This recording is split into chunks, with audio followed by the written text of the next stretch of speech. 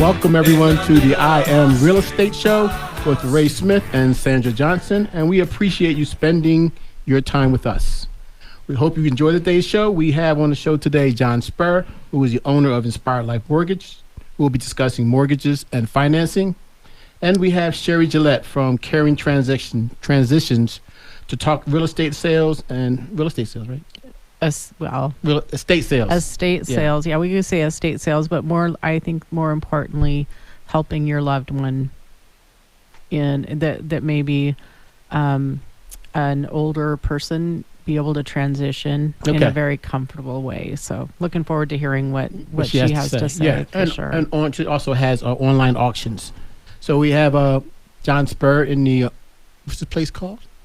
The studio? In the studio, in the hot seat. In the hot seat.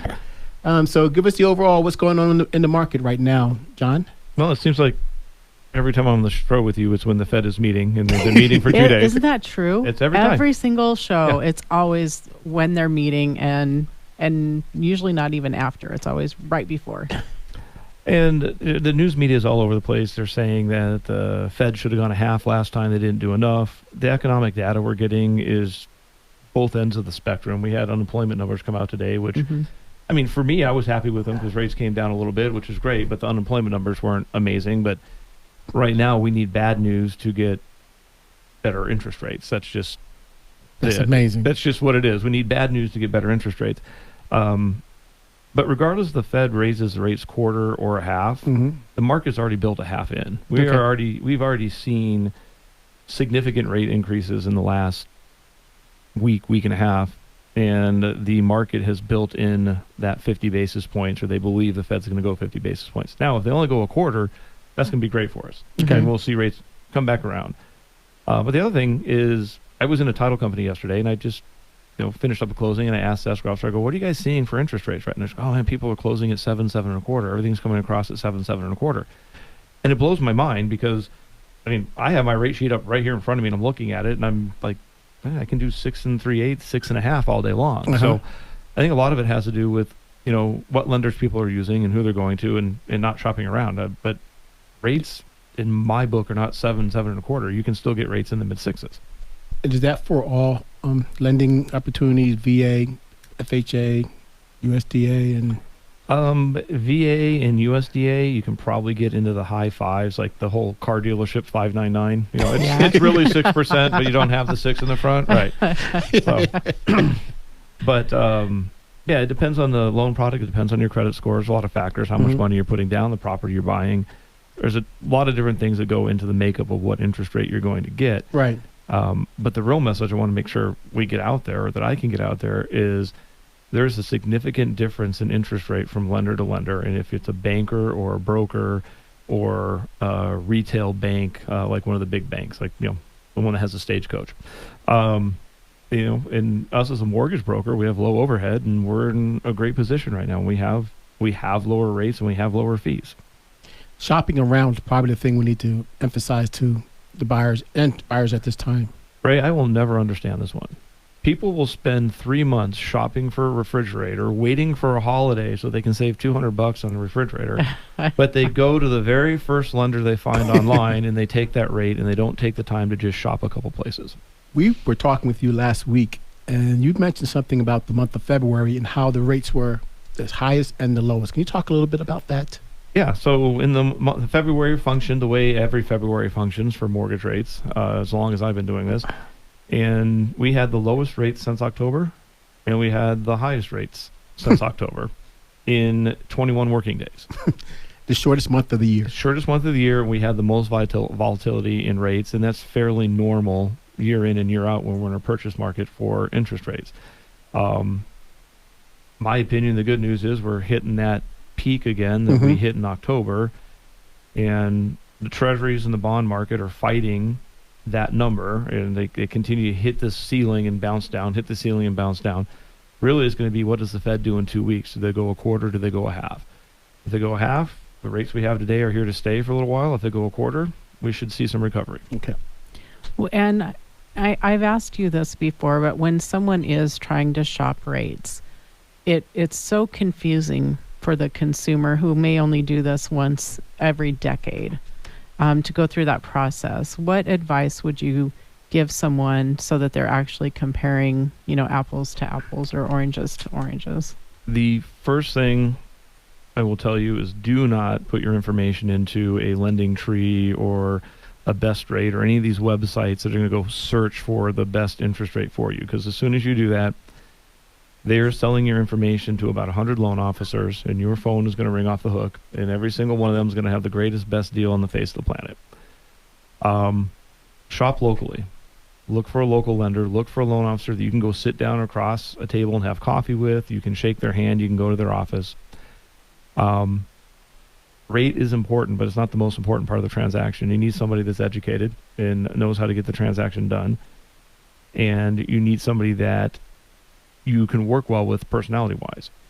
As far as actual rate, make sure when you shop, if you're shopping 3 or 4 lenders, that you tell them the same thing. Use the same credit score if you looked up your credit score. Use the same loan amount. Use the same type of house. Use the same down payment.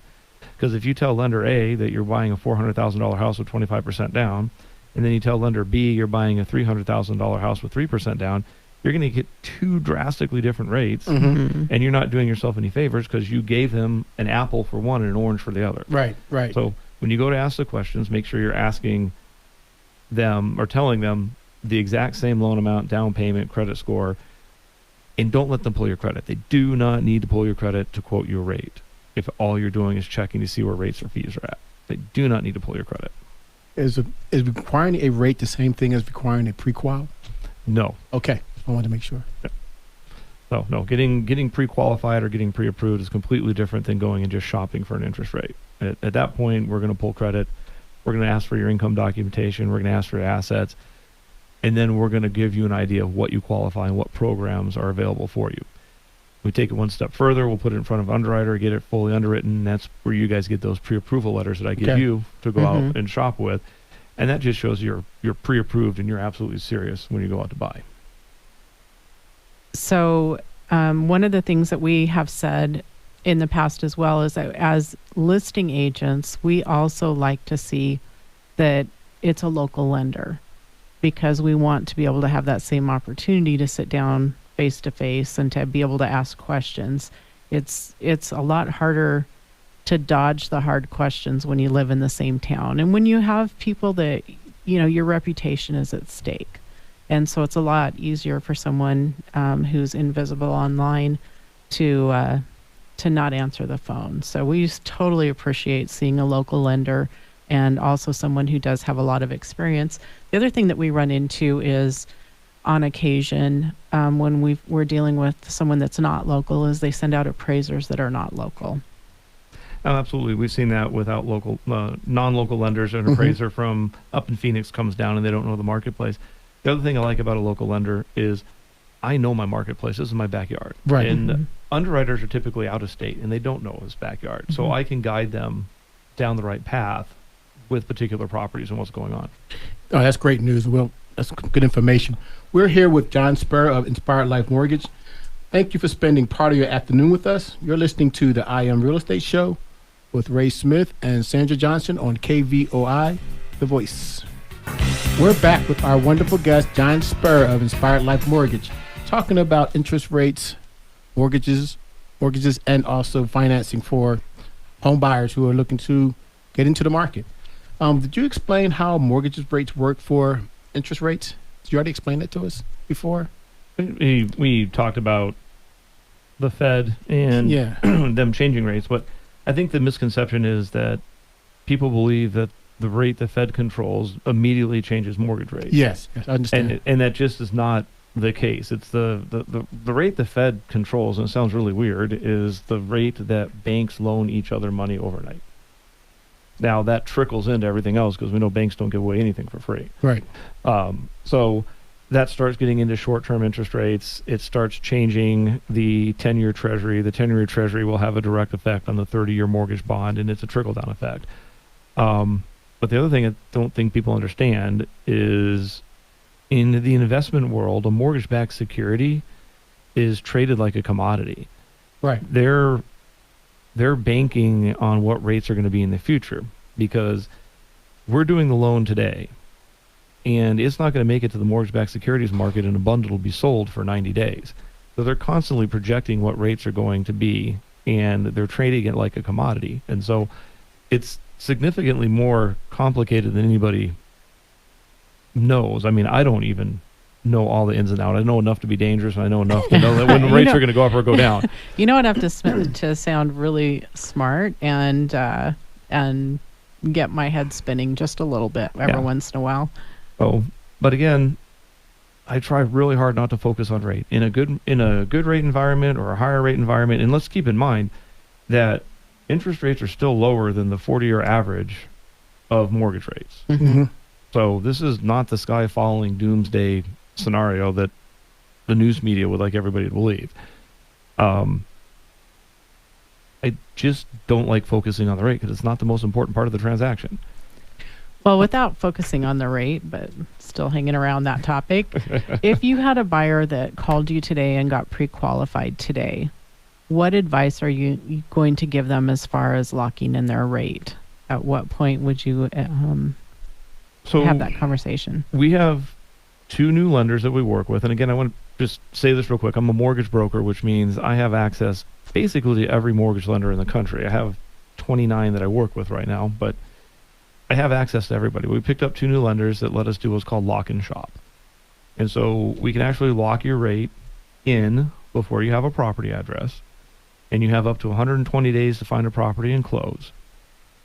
And the other part that I really love about this new product is, let's say you find a house and within 15, 20 days, the inspections come back and all of a sudden sewer line's bad, roof's bad, and you don't want to buy it. Mm-hmm. Well, we don't lose that lock. We get to keep it, and we get to take it on to the next property, which is something that's very new that hasn't been out there. So my suggestion would be, if you're serious about buying a house, we can lock you in before you have a property, and we can lock and shop. Now, I can't tell you when to lock. I can give you my opinion of what I think the market's going to do. I don't have a crystal ball. If I did, I wouldn't be here with you on the radio. I'd be on a beach somewhere. But I can advise you. I can tell you what I think the market's going to do, where it should go based on the news that's coming out, and then we can make a decision together. And are you still seeing contracts come across your desk that have sellers doing a contribution towards buying that interest rate down? It is the vast majority of them. Okay. I think I have, out of the 11 purchases closing this month, I have 2 that didn't have seller contribution. Okay. You want to speak a little bit about what that seller contribution looks like and what that money is going towards? But we can use it for a lot of things. We can use it to what we call buy the rate down, which is essentially you're paying money to get a lower interest rate. Some people are using it for temporary buy downs. I'm not a temporary buy down fan. It can go towards your fees, your lender fees, your title fees. It can go towards your prepaid interest, insurance, taxes. I mean, we just closed a transaction where all of the buyer's fees were covered, and I think there was $400 left over and is getting paid to the principal of their balance. And that all came out of seller contribution, and I don't know, I think we contributed $1,500, $1,600 to it also. So you can, with seller contributions, lender contributions, realtor contributions that want to contribute, they can cover all of your closing costs, and all you need is your down payment. When you talk about buy down, are you talking about taking the interest rate from 5.65 to 5.45 or something like that? That's what I understand the buy down to mean. Give you an example right now I love these real life examples. on a conventional transaction where they're putting 10% down, you would be looking at a rate of almost 7.25%. Right. Now, if you had the seller contribute $5,000, this is me doing the loan. You're not going to find this with anybody else. This is just what we do. If the seller contributes $5,000, that rate would be 6.375 today. So 7/8 of a difference, almost a 1% difference in interest rate. And on a $300,000 loan, that's $3,000 a year or $278 a month. That's a lot of money. It's a big difference. It does make a difference, especially when we're all kind of pushing the limit of our budgets to begin with.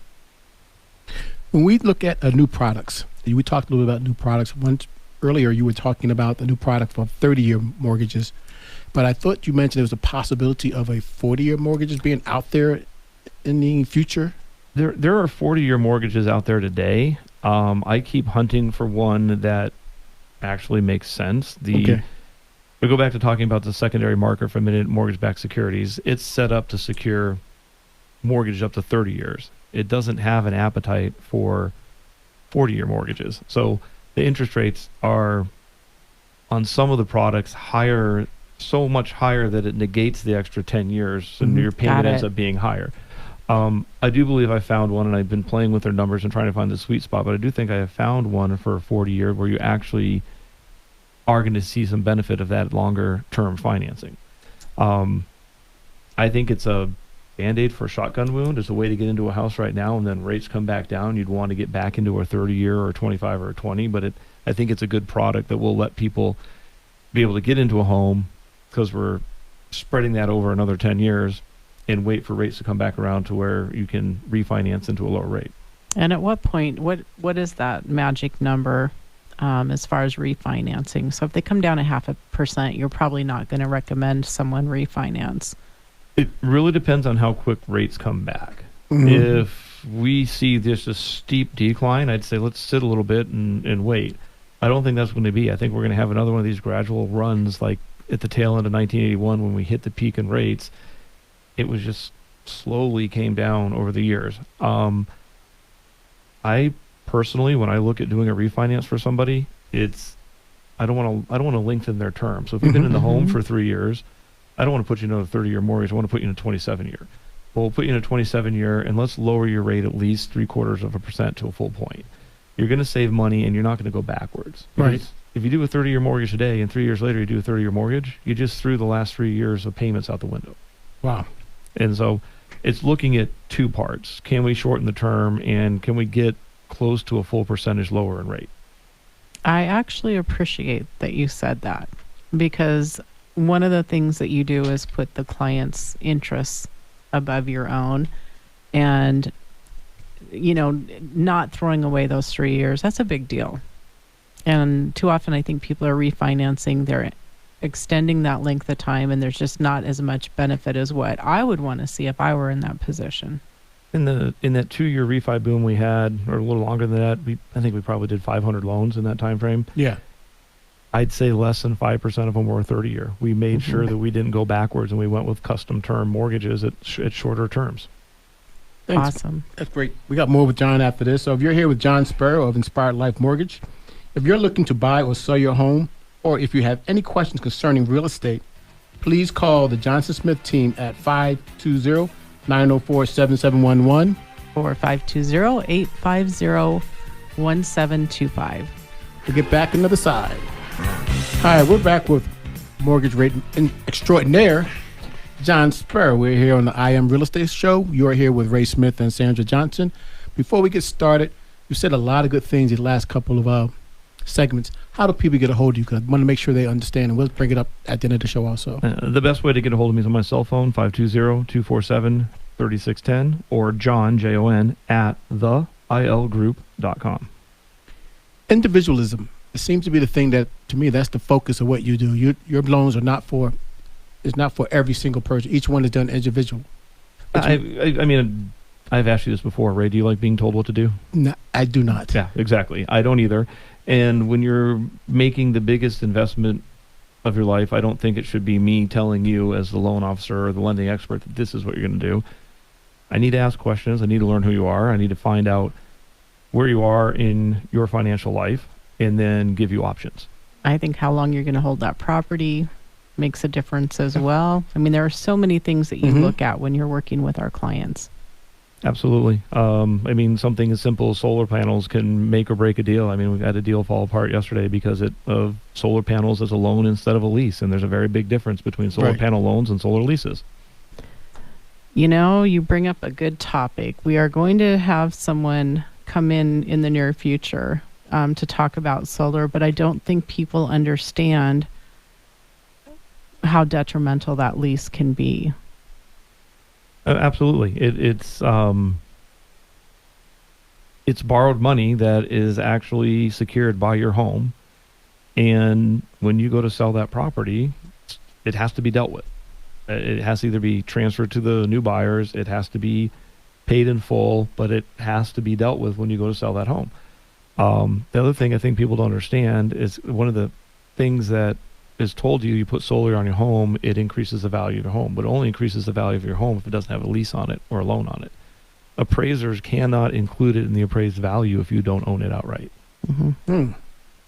Yeah, and we're not talking a bit of a lease payment or lease balance that's due. A lot of these homes have $30,000 to $50,000 that's owed against the solar, and that's a huge thing to ask a buyer to take on, because you now have to qualify for that much more. And like I said before, a lot of people are shopping kind of at the top of their range of what they qualify for, whether that's a price sensitive decision that they're making because they know what their monthly payment is that they want.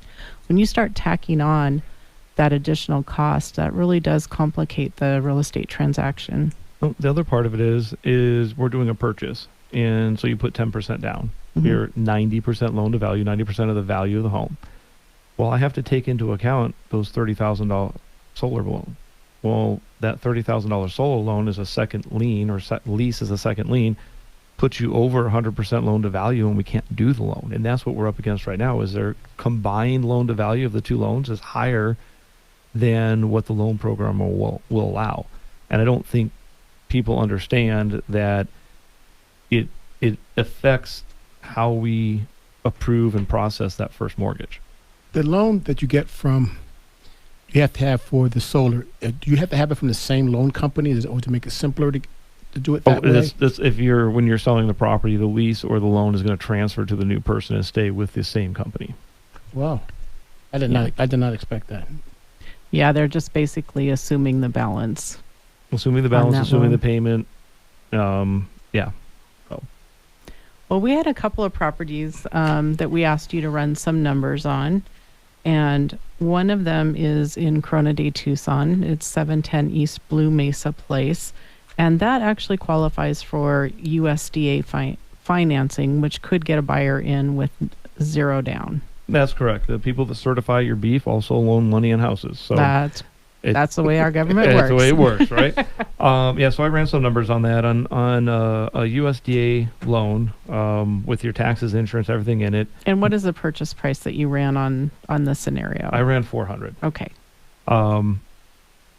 Your taxes, insurance, all in, a payment on that on USDA would be $2,800 a month. VA, where again a VA buyer would have no money down, they'd be at $2,880.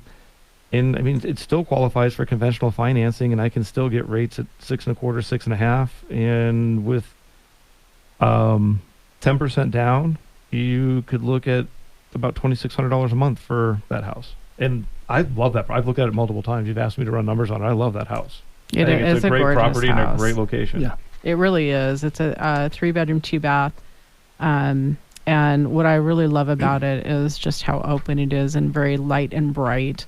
And then it has view fencing in the back. So you have really nice unobstructed views with a large wash area behind the house. So really nice property. And then the other one I asked you to run was at a purchase price of $232,000, and that's in Academy Village. And that's a 1-bedroom, 1-bath. Also has some great views, and it is a 55 and older community. And so what were the numbers that you ran on that one? So I just had a chance just to do the VA, and we have a lot of retired veterans out there that are trying to find some affordable housing, right? Right. And this is a great, again, I love this property. It's a great place. But on VA, you could get into that house for $1,637 a month. That's taxes, insurance, loan payment, everything. And it does not include the HOA fees. Let me be I didn't clear see what on the that. HOA Yeah, fees were. so you do, it's such an interesting community because as it's named Academy Village, they have a learning academy that you, at age, I believe it's 65, you join the academy. So that's a per person fee to join that. But they do lectures twice a week. They have I guess cooking classes, and they have ceramics studio, art, games, all the things you would expect, the pool, spa, and exercise facilities. But it is really a unique community that has a lot to offer, but that does come with a little bit higher HOA fees. So those would be on top of the mortgage. So John, we're kind of wrapping up here again. Would you let our listeners know how they can reach you? Cal, you can catch me on my cell phone, 520-247-3610. Email is john@theilgroup.com, or you can go to our website, inspiredlifemortgage.com. A couple things that John brought up, I want to make sure we pinpoint some things. One thing he talked about was shopping around. Make sure you shop around, just like you would with a refrigerator, shop around for your interest rates. Also, shop locally. Make sure you're trying to use a lender that is in town and makes your life easier. And when you're talking to loan officers, tell them the same thing. Don't make sure you go apples to apples. Don't try to do apples and orange. If you're looking for a $400,000 house, tell each one of those lenders you're looking for a $400,000 house. We'd like to thank John Spur, one of our buddies from Inspired Life Mortgage, for coming on today and enlightening us again, like always does, with some good information about financing. How you doing, John? Thank you. Welcome back to the I Am Real Estate Show. You're on KBOI 1030 The Voice. You're here with Ray Smith and Sandra Johnson, and we're glad to welcome Sherry Gillette, who is the owner of Caring Transitions. How you doing today, Sherry? I'm doing great. We were so excited that we had a chance to work with you recently and learn about what you do at Caring Transitions. So why don't you just give us kind of a nice overview? Sure. Caring Transitions has been in the Tucson market since 2010. We are primarily focused on helping seniors transition from their home to something smaller. So that would mean that we help them make the tough decisions about what they can keep. And then we pack those things, physically move those items, completely unpack those items and get them settled. And then we can come back into their home and help them disseminate what is left. And we can do that in a number of ways. One would be we can ship things off to their children who typically don't want them. Mm-hmm. We can donate those items. We can sell those items, or a combination of all those things. Or we can donate them if they'd rather have all of their items donated. But our goal is always to leave that home in a position to be ready for what's next. If it's being sold, if it's being rented, or it's already sold, which has happened a lot lately. So we can work as quickly as needed. We can take it as slow as needed, but our job is to take care of that senior and their things. And I think it's all in your name, Caring Transitions. Yes. That's you right. really Yeah, we love what we do. We didn't anticipate being as to have as much infrastructure as we have. We do have 60 people on our team. Wow. So that we can basically do anything that senior is going to need to have peace of mind and be able to settle in a much smaller space. You know, you mentioned shipping things to family. The transaction that we recently had where you helped remove the items from the home through online auction. Yes. There was a closet left that had personal items in it. Yes. And we were actually going to take on getting that back to the seller. And I looked at the prices on shipping, and we drove that to Mission Viejo. Oh my goodness. The timing was perfect, and we were able to hand deliver that and meet our client for the first time I think we were met up at an In-N-Out Burger in Mission Viejo. So every once in a while. In-N-Out. Yep. Yeah, we had, in that particular circumstance, we do a whole questionnaire with our client, which is sometimes the adult children that are left behind. Quite often it is. And what they will often say is, just leave it in the house. We'll come back. Well, that doesn't often happen. Yeah, right. So we try to be as specific as possible about the solution that they're looking for. Shipping is highly expensive, which is why we're not ever surprised that they say just. Yeah. leave it there, we'll come get it. The cost of a plane ticket or the cost of gas is going to exceed the shipping, but Right. I think the personal touch that you guys add to every situation, because this is usually a difficult situation, you try to make the best of it. And caring, I think, being the title of your name, your company just says it 100%. And with your employees, everybody's the exact same way. Everyone feels the way the owner does, and I think you do a great job of we transferring do. that. We are very fortunate that we have a deep team that is more than 50% of our people have been with us for 5 years or more. And it's not because they're making a ton of money. It's because the work we do is important and they feel passionate about the work that they do. We know at the end of the day that we changed a life for better. And as you said, everything is custom.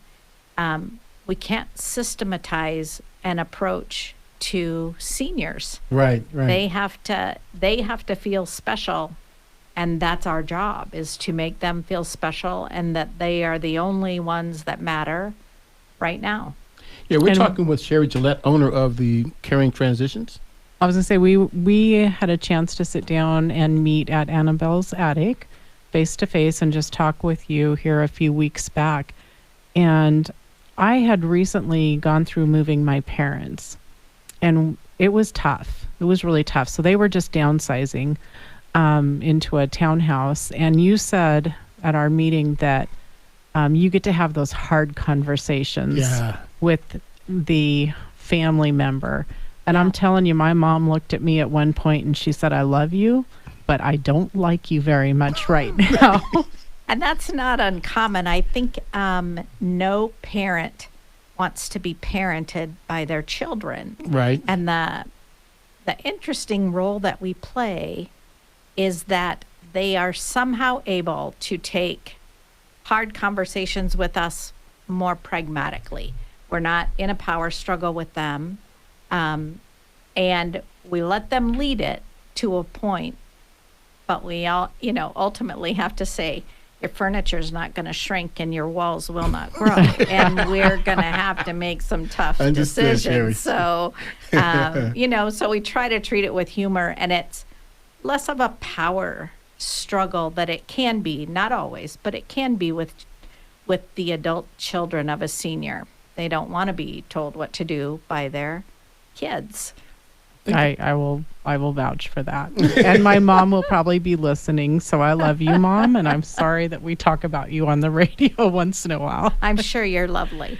I think the one thing that I've noticed also is the little things that you do. When we were talking with you at Annabelle Attic, you talked about you take pictures of the house, the way everything was, the way it's positioned, the way the TV is, the way the chair is, what's on the table, and you try to replicate that when you move into the next place. That's right. We call it mirroring. So if someone is used to sitting in their chair with their table to the left of them, and they have things in a certain order that may not look like order at all, we're going to take a picture of that table and we're going to put it back in that order. Some people might call that chaos. We just call it, that's how you want to have your table. Right. Same way with your clothing or your books. We're going to take a picture of your bookcases, and all of your books will go back in the same order that they were on your bookcase. The clothes will go back into this closet in exactly the same order. If you go into your kitchen and you're used to reaching left for your coffee mug, in the upper cabinet, that's where your coffee mugs would be. If you're used to reaching right for your plates, you would be reaching right for your plates in your new home. Assuming that you've got upper cabinets and you've Yes. got, but we really do try to make it feel as though you're at home when you're in this new environment. And it is not always easy, but anything we can do to ease that transition through mirroring, we will do. I think that's awesome. So thoughtful, because just a move is so stressful Yep. for anyone. But when it's not your choice, Yep. when life is kind of dictating that, everything that you can do to make that transition easier Right. is just precious, and I think it shows the level of care that you have for your clients as well. Right. We're a franchise, and most other people in our business haven't been in it as long as we have, and I just can't imagine doing anything else. I honestly can't imagine. I'm still very involved in the business every day. I like to go out to the job site. I like to talk to the seniors. They're the smartest people that we get access to. They have all this life experience and history and we think we've seen change in our short lives, and I'm not that short a life at this point. But someone who has 20 years on me has so much more change that they have seen than we've seen at all. Right. And so that gift of knowledge and wisdom is priceless to me. Yes. Priceless. And it makes talking with them a real joy. How much training do you give your staff if they're so well organized and so well representative of you? Yeah, I think, we try to cross-train everybody and ideally we would have everybody start on our packing team, because that's where we have the most access to our senior. And I do feel that's super important, because I want everyone to understand who we are serving, regardless of what part of the business we're in.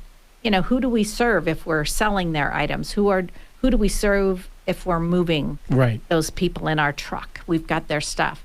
And so the first place we put people is typically on our pack team. We do, we have YouTube videos. We do test packing, so that we make sure they know how to get things safely from one place to another.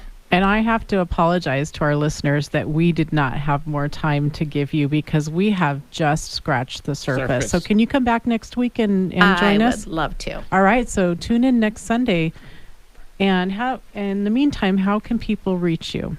Oh, they can reach us by calling our number. It is 520-850-4111. And you'll get a very nice lady named Casey, and she will be as sweet as pie. She's going to talk to you. Well, please tell them that Ray and Sandra sent you from the I Am Real Estate Show. We'd like to thank our sponsors, Indy Realty, Horizon Inspections, Inspired Life Mortgage, Rego Pest Prevention, Pioneer Title Agency, and Caring Transition. We will be back next week and finish our conversation with Sherry.